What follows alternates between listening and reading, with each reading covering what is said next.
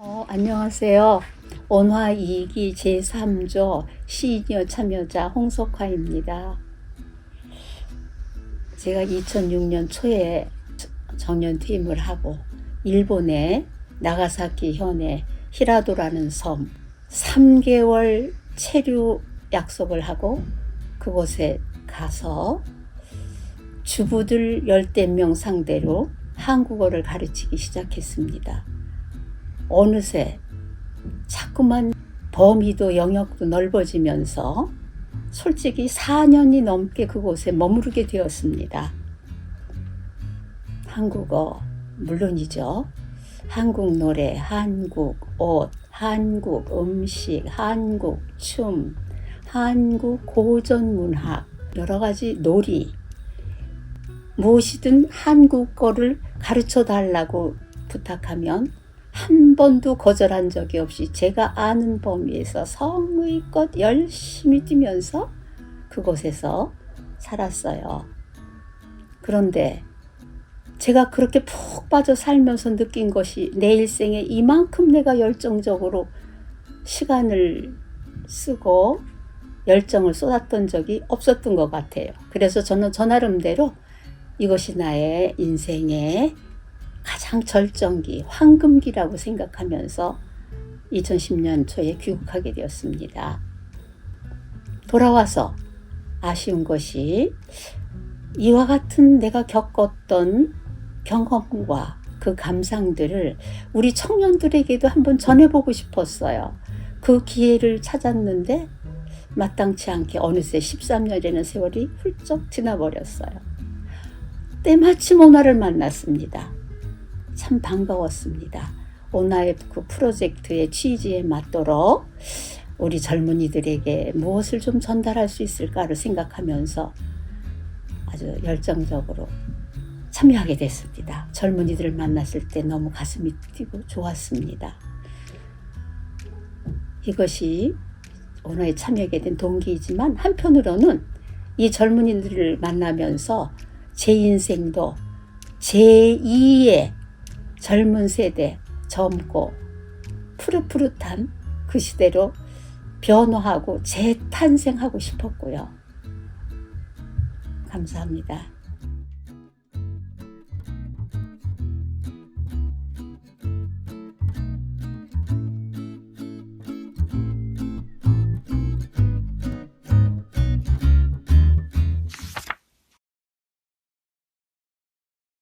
말레이시아에서 파디나토라는 걸 개설을 하게 됐어요. 왜냐하면 매일 아이들을 다른 나라, 그 나라의 한국어를 가르쳐야 되겠다고 생각을 해서 그 대사 부인이 협력을 만들고 첫 운동일 것 같아요. 1974년도일 것 같아요. 사회도 하고 주관도 하고 내가 그랬던 것 같아요. 외국에 나가서도 그러니까 결국은 어디를 가든지 교육하고 떨어져서는 못 살았어요. 일본 의상을 입은 그런 사진이에요.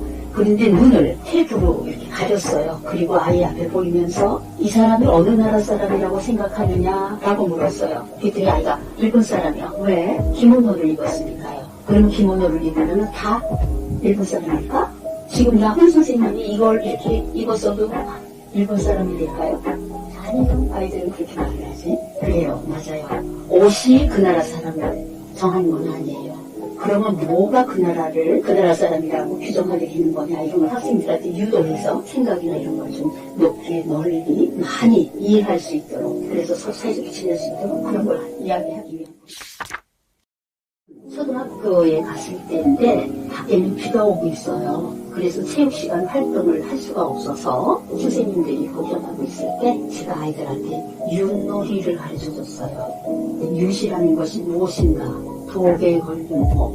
그럼 그 동물들은 어떤 동물이냐, 산에 사는 동물이냐? 가축이에요. 우리 집에서 일하는 그 가축들을 이름을 지어서 우리 농부들이 참 소중히 여기고 그 가축들의 도움을 받아서 우리가 농사를 짓는 거다.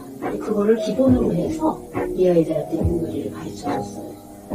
너무너무 신기해하고 재미있어하고, 그래서 놀이 하나에도 큰 의미가 있다라는 걸 아이들한테 얘기해주고. 근데 이 초등학교는 처음엔 한 학교를 가기 시작했는데 또 옆에 학교에서 우리 도와주세요. 저쪽 학교에서 우리 도와주세요. 초등학교를 한 6-7군데? 7군데인가 다녔어요.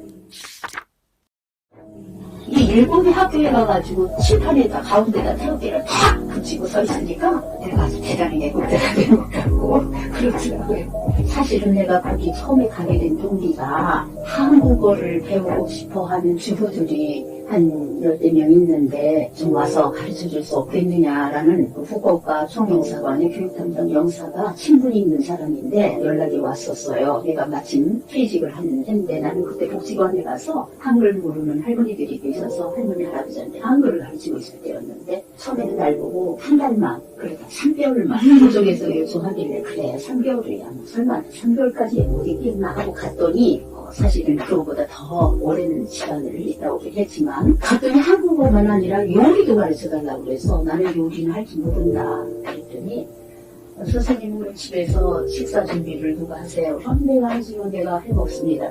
그렇게만 가르쳐주세요. 아주 그렇게만. 그렇게 말씀하시길 하는데 내가 no 그럴 수가 없어서 시작을 했어요. 그러나 레시피가 있어야지 되기 때문에 나는 대로는 요리집을 사서 공부도 하고 만들어보고 그러면서 가르친 거예요.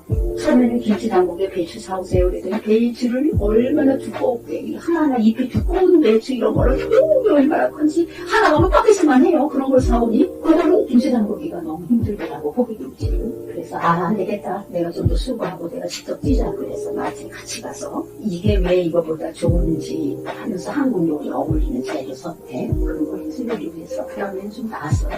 처음에 초등학교 하나 시작했다가 옆에 이렇게 들어가니까 또 중학교에서 오라고 그러고 그 다음에 고등학교까지 갔는데 이 고등학교 학생들은 우리나라의 고등학교하고 자비교련이 맺어진 학교라서 1년에 한 번 이렇게 이제 교류가 되고 홈스테이를 하는 얘네들이 한국말을 잘 모르니까 그리고 한국에서 온 애들은 일본말을 잘 모르니까 초등학교 가서 내가 부침개 지짐이라고 하는 거 그걸 가르쳤더니 그게 옆에 학교 애들도 중학교 애들이 고등학교 갔더니 고등학교에 그걸 가르쳐달라고 해서 그것도 가르치고 그랬어요. 제가 이거를 찍으려고 했던 게 아닌데 아마 이 뒤에 모습을 보니까 숙제할 때 거기 이제 한국 음료를 가르쳤는데 그럼 식혜를 하고 있는 게 너무 어렵고 그래서 생강차를 했어요. 생강차를 끓여가지고 놓고 이제 약식하고 이렇게 이제 판매도 하고 그래요. 아마 그때인 것 같아요. 차를 마시는 분도 있고 뭔가 여기 테이블에 뭐가 있는 것도 그런 거 보니까 이 한복이 우리 작은 아들 결혼시킬 때 입은 옷이에요. 근데 내가 이걸 가져가서 한복을 내가 30-40벌 가져갔을 거예요. 옷 전부 다 가져갔는데 다 살 수는 없으니까 친구들 보고 장롱 속에 고이고이 간직해둔 한복 입지도 않으면서 버리지 못하고 있는 거 다 내서 나를 주면 내가 정말 뜻있게 의미 있게 쓰겠으니까 날 줘. 그래서 받아가지고 가서 지금 보따리를 다 가져다니면서 한국의 옷이다. 한국의 음식이다. 따지고 보면은 요즘에 뭐 K 뭐 그러잖아요. 다 그렇듯이 내가 선부자니까.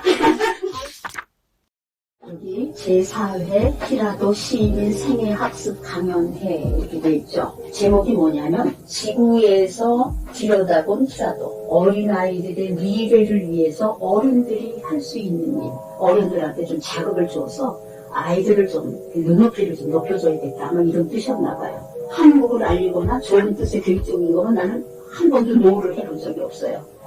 부모님들한테 다시 한번 말씀드리겠는데 내일이라도 책방에 가셔서 서점에 가셔서 세계 지도를 하나 사시고 지구위라고 하는 것이 지구위라고 지구본이라고 동물 앞에 생긴 거 그거를 하나 사세요.